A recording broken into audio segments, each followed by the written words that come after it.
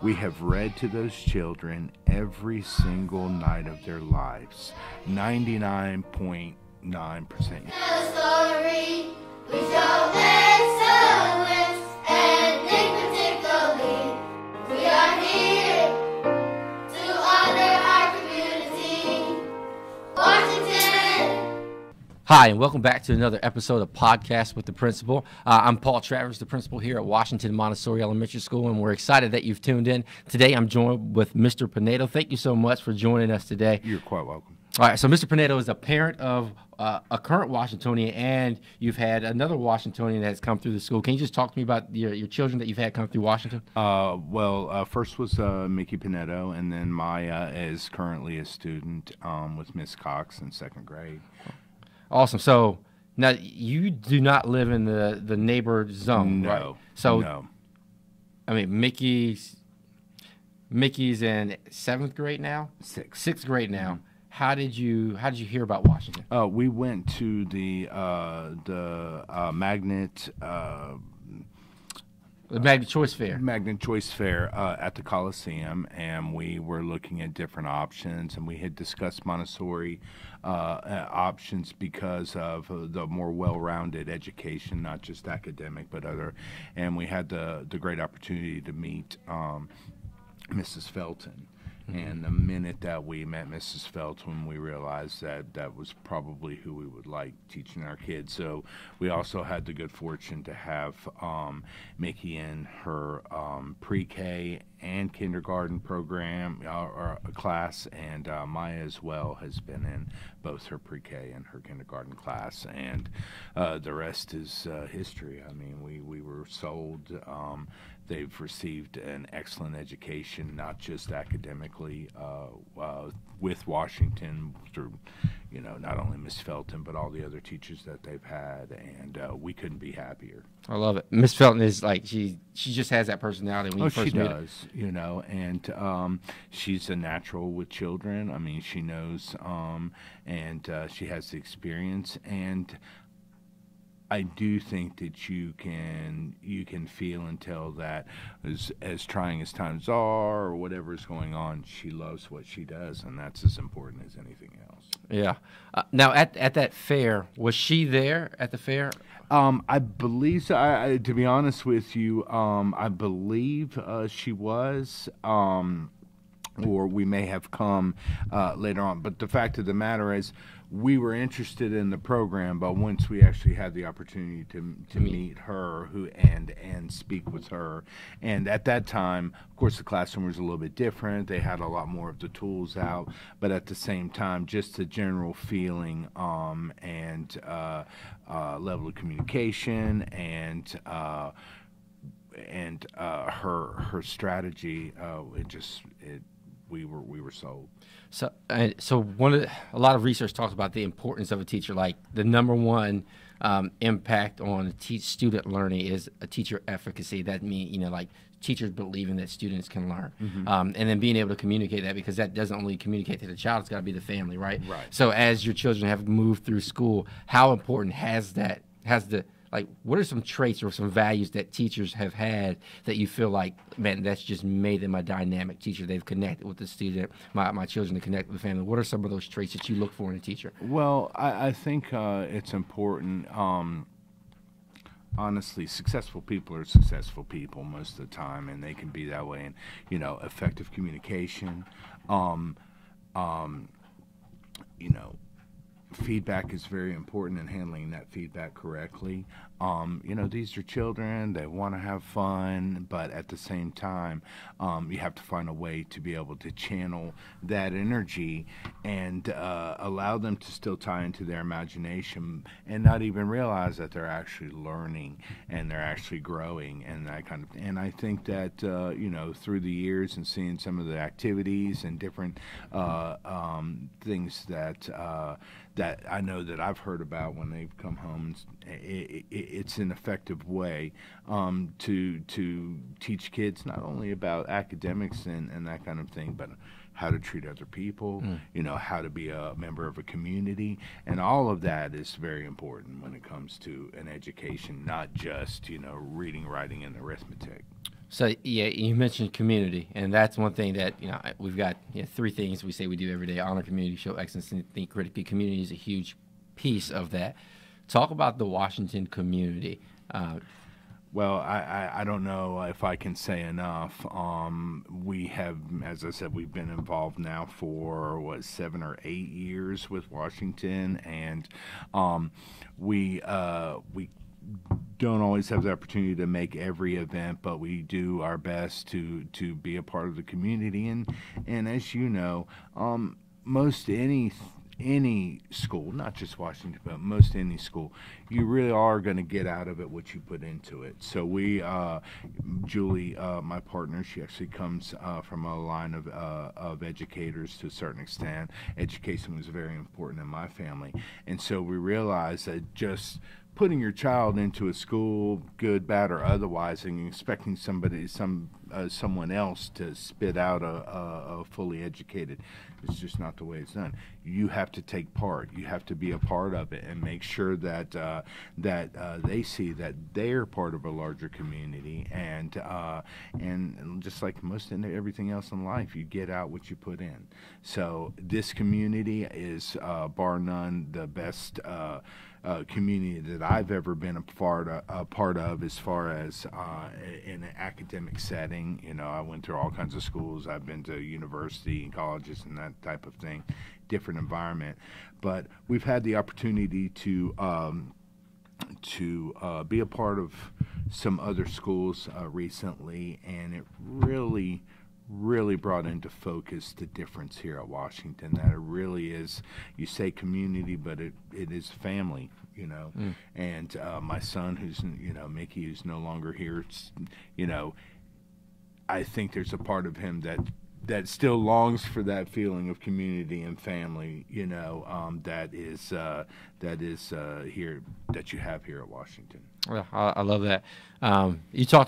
You mentioned something about your own schooling, and I tell you, if you got me when I was in third grade, you would never thought, I would have never said Paul Travers would have been a principal. Right. I could not stand school, right? Literally. Right. I mean, I tell a story of trying to learn to read and just having a difficult time for that. And as you kind of think about your own schooling, and you said you've had some different experiences coming up, what was your own personal experience like in school? Did you feel like I did. We were almost like a military family, but we didn't really move. Was not. But I went to, I want to say it was 6 or 7 schools by the time I was in 6th grade. So I never really stayed anywhere long enough to really become a part of a community or that, because we were moving around so much. But education has always been a very important part of my family. Both my parents are college educated, and reading and vocabulary. My dad's an engineer, so math, of course, was all very important. I went to school and did not always necessarily apply myself because I had been set up well enough at home that I didn't really have to work that hard. So being in class sometimes was to a certain extent boring. My point was, give me a test, I'll ace the test. So that's one thing that we have tried to watch out for in Mickey. And her grade level is not as important, but Mickey is to make sure that he's challenged to a certain extent. And because you have to. You sometimes in life you kind of forget how good it feels to achieve something, and so if you just kind of going along, as we all do, as I know I do, you don't set the goals or whatever, and then you're just kind of living your life or whatever. But keeping that carrot out there, or keeping something that you're actually striving for achievement is very important, I think, and that's one thing that that we've tried to do for Mickey. I had high hopes. I went to military school in high school in hopes of a military career, only to realize that I probably really wasn't cut out for the military. And so I took a little time off. I went to A&T for several years and GTCC. I never actually received a diploma, but I do have a fairly good education. So regardless, but I think that the most important thing is realizing that doing what you can, and as far as your education goes, isn't necessarily about grades or whatever. It's about allowing you to choose opportunities that come your way. Because if you don't apply yourself, you may never get opportunities to do the things that you want to do, and that's what we stress to Mickey. I don't care about your grades, but I want you, if you want to go and do something, I don't want your grades to be something that's going to hold you back from doing that. That's great. And you talked a little bit about your upbringing and that kind of being able to be plugged in the classroom, because you sounds like you had rich experiences at home to where things were familiar. Mm-hmm. Your parents kind of they pushed you in other aspects, so when you get into the classroom, it wasn't your first time experiencing a lot of the content and material, right? So, and I know for Mickey and Maya, they come in with a really good wealth of just overall knowledge. What are some things that you all intentionally do to make that home environment rich? So when they come into the school, they're able to have things that are familiar or they've experienced before. So what are some intentional things? And I mean, I bet you all just do some of them just kind of naturally. Like there's just things that takes a little bit of time to even think about. Oh, we do structure this thing. Well, we've never really spoken to them like babies or kids. That's one thing. When we were talking about like my upbringing, one of the greatest things that when I was a kid, now you have the internet, but we had encyclopedias and National Geographics. So if we were bored, would you go pick out an encyclopedia and you just start looking stuff up, or you take out, now I had favorite editions of my dad's National Geographics with space and this, that, and the other. So we, the best thing that we have done, and let me do a little caveat here. The only reason why we're where we're at is because of Julie. I mean, she's a force of nature. I mean, I'll be honest with you. If it was up to me, we'd all be just sitting around grunting and pointing. But she's something. But one thing that we have truly stuck to and done, we have read to those children every single night of their lives. 99.9%, Now they get a Friday night, we ask them, you want to watch TV, that's kind of thing. But for the first 5, 6, 7, up to now, I read to Maya last night, Tale of Despero. We read to them every single night religiously, and I think that is something that I don't think really people understand the importance of that. The time, when you're reading a book, whatever book. I mean, we've gone through with Mickey. We've gone through the entire Harry Potter series, the entire Percy Jackson series. We've gone. But those books, it's not just about what's in the books. It brings up conversations about life, about different things. So that is one thing. We also, throw some documentaries in them on TV. Let's not watch the movie. Let's watch something like that. We've always had books around, bought them books. We have books of our own, space, that kind of thing. And, we have conversations. We actually sit around and talk about stuff and that kind of thing.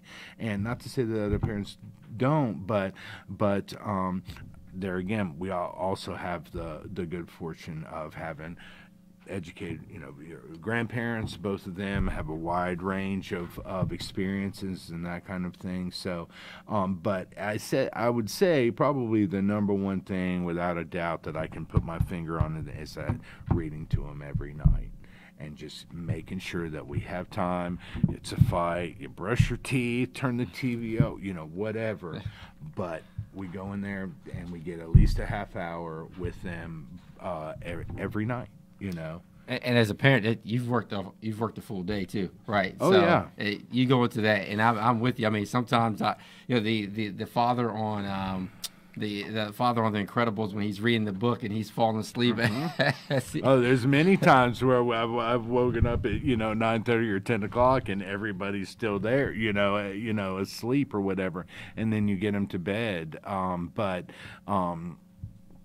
And many times, Maya's been like, "Dad, you're falling asleep," or something like that. And I'm like, "Maybe I just can't do it." But we were there, and and I hope, if nothing else, I hope that if they choose to have children, when they have children, they'll do that same thing. And you talked about books bringing up different. Yeah, you can talk about the book, but it brings up different things in life, and the importance of conversation, and the importance of listening to your child and what they're going through, and helping them navigate through that and making sense of the world through their experiences. The conversations with your kids. How do you? And I guess Mickey might be in an age where he's kind of getting older. Hey, what's going on? Right. What y'all do in school today? Nothing. At that age. Do you let it stop there? Do you continue? Well, no. Sometimes we have to pull it out of them, but for the most part, we talk about things. Maya's, of course, at her age is much more, ask her, "Oh, it's great, I got a treat, or I got this. Miss Cox is good, Miss Cox is bad, or not doing so," that kind of thing. But everyone's, and it's easier. And Mickey, you have to pull out of them a little bit more. But at the same time, just like any relationship, friend, family member, or whatever, you have to show that you actually want to know what's going on and ask. You may get an answer or not, but you just keep trying, and eventually, you'll hear about it. He's more apt to talk to his mom. It is what it is. But at the same time, just trying to keep that conversation. He's 12 now. He's going to be 13 next year. So we're kind of ready for that whole transition into, but we're trying to keep the channels open and that kind of thing. And just let him know that whatever it is, whatever he faces, whatever problems, good, bad, or otherwise, we just need to talk about it. Yeah, man, that's so good. And as a parent, that's hard. That's something that you have to challenge yourself to stick into. Like, all right, how's your day? It was fine. What did y'all do? Nothing. Taking that next step and being maybe super intentional. Sometimes I pick up my boys from school and I'm talking to them about their day, and they kind of give me those answers. Then I think, okay, what specifically made they want to talk about? What did y'all do at recess? Just keeping those lines open there makes a huge difference, because then now you can ease your way into, oh, well, I thought you all were going to do this today. What about this project? Did you get a chance to present? I think that just, instead of and then being intentional. I think there's something like my phone, putting my phone away, not being distracted, facing up to them. And then, we've all got work. Our phones are just a major distraction. But the value of sliding that phone away and talk to your kid is... That's tough for me. And Julie has to say, we're not letting Mickey do that. So last night, I'm scrolling or looking at emails or whatever, and we're watching TV, and she's like, so, I put the phone down. So it's important. But most of the time, we have those discussions when they first come home, when, that kind of thing, or at dinner. And not to say that excuses that, but you're right. And not only that, once they get to that age, then he's got his own phone that he's, and so that's its own challenge in itself. But yeah,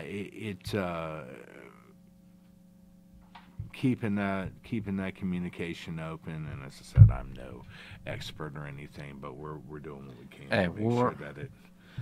I'm in a dogfight with you, because my wife is accountable. Hey, Paul, put your phone away. I mean, it's just kind of nature way. But you're right. It models what we would hope for them to be, hope for them to see, and thinking that is intentional. Right. And we're getting ready to finish up here. But as you think about Maya, Mickey, think about schools, what are some things that you can be as brutally honest as you want? What are some things that schools need to do to make sure they're continuing to support families and students, things that you may have seen and you need more of, or there's an absence of? Right. I think there again, continuity is one thing that we've discussed. I do think that everybody is busy, and life is busy, and that. But at the same time, I think that they really need to go above and beyond, looking at schools as a whole package, and looking at schools not necessarily just in one way, shape, or form, how the test scores were or that kind of thing. I think it's important to improvement is important. I think morale is important. I think the state of the community and involvement. And to be honest with you, the kids, I walk around here, and I've walked around a couple of other schools, and